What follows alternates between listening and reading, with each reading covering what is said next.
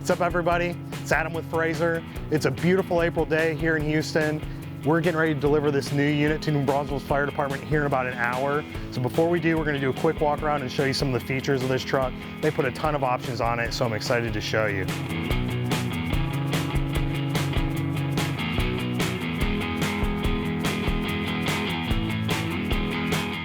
So it's a Type 1 14-foot Frazer module, and it's mounted on a 2020 Ford F550 diesel chassis. It's got a ton of payload. I think it's got 4,900 pounds of available payload. Two-wheel drive. It's this pretty red Ford race red paint scheme. And then on the front here, so we did a full replacement bumper. So it's got an upgraded replacement ranch end bumper on it. These grille lights here on the front are Whelen 600 series Rota-Beam red. You can see they've got this different kind of array pattern here, which catches the eye. It's different than the regular flashing lights that you typically see. These are becoming more popular. For noisemakers, it's got our dual air horns protected behind the bumper down low. And then it also has two sirens on the vehicle. So it's got your normal Whelen C9 dual tone siren, and then it has a secondary Whelen Howler siren. So those produce that really loud, deep kind of bass tone.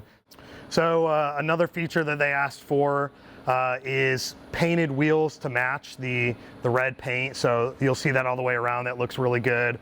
Whenever we do that, we also paint the spare tire to match. And we send that back with the customer. Another feature that's becoming more common or more asked for is this placard system. So they put one on the front, one on the rear.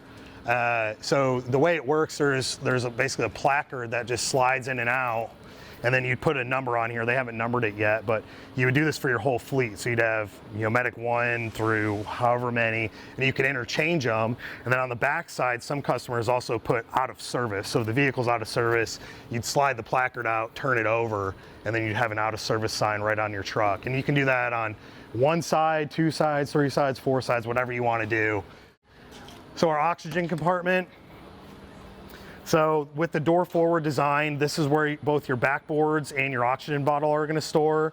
So we have a welded aluminum safety strap in here for your boards. So your boards are going to store on this forward end of the compartment, and you would slide them in and up. That way, if the vehicle's ever on an off angle, when you open the door, they can't come out and hit you. And then the main bottle will strap in here. You'll notice there's no kind of pass-through or cutout to the inside of the vehicle. So this has electric oxygen, and the control panel is located at the action wall. So you can actually turn the regulator on and off from a switch, electrical switch, and then there's a manual bypass override at the action wall as well in case that ever fails. This is a twist lock shore power, 30 amp. So it's not an auto eject like some people do. That is an option with us. Whenever we do a non-auto eject, the vast majority of the time we recommend the customer do what we call a kill switch. So anytime this is energized and plugged into the vehicle, it won't allow the chassis to start. So it's a good way to make sure you don't actually drive away with your shore power plugged in. Electrical compartment, standard Frazer electrical compartment with MEPS here, our normal 12-volt electrical panel, and then a vehicle-specific electrical schematic information print right here on the door. This is reflective material, serial information, paint code, radio coax information. Then of course, we have 24/7 toll-free troubleshooting, so that information is located right here. So anybody at the vehicle knows what number, what email to call 24/7 to reach us for troubleshooting support. We call this the intermediate compartment. So stair chair storage here, kind of slides in, drops in. Adjustable shelving in all of our compartments, so you can add more shelving if you want. You can adjust this up or down. You could flip it over if you wanted a tray, not a pan. All of our compartments have LED strip lighting with magnetic switching.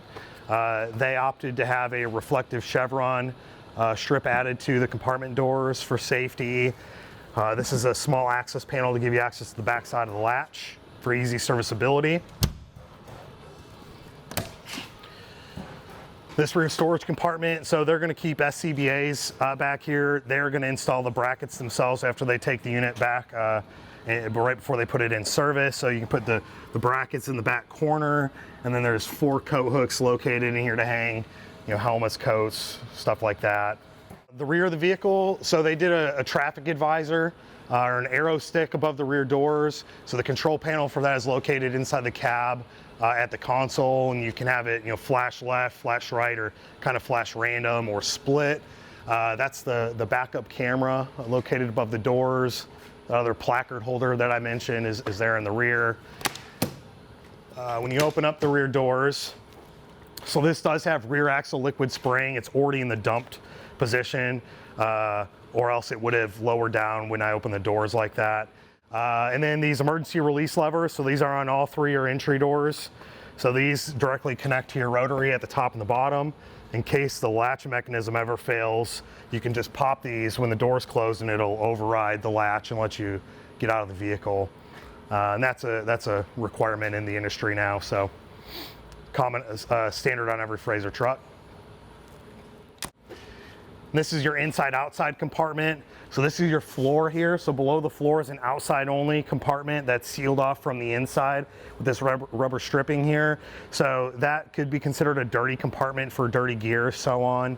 And then this space here is inside-outside or pass-through. There are doors here, but those open from the inside. And then this is the entry door into the module. So we do a body drop on the passenger side to get this step well a little closer to the ground, make it easy to get in and out. There's a double step well up to the floor. And of course, when you're on scene and it's chaotic, there's a lot of moving parts and pieces. This general area is pretty clustered. There's a lot of stuff happening. Police officers, other firefighters, family members want to know what's going on.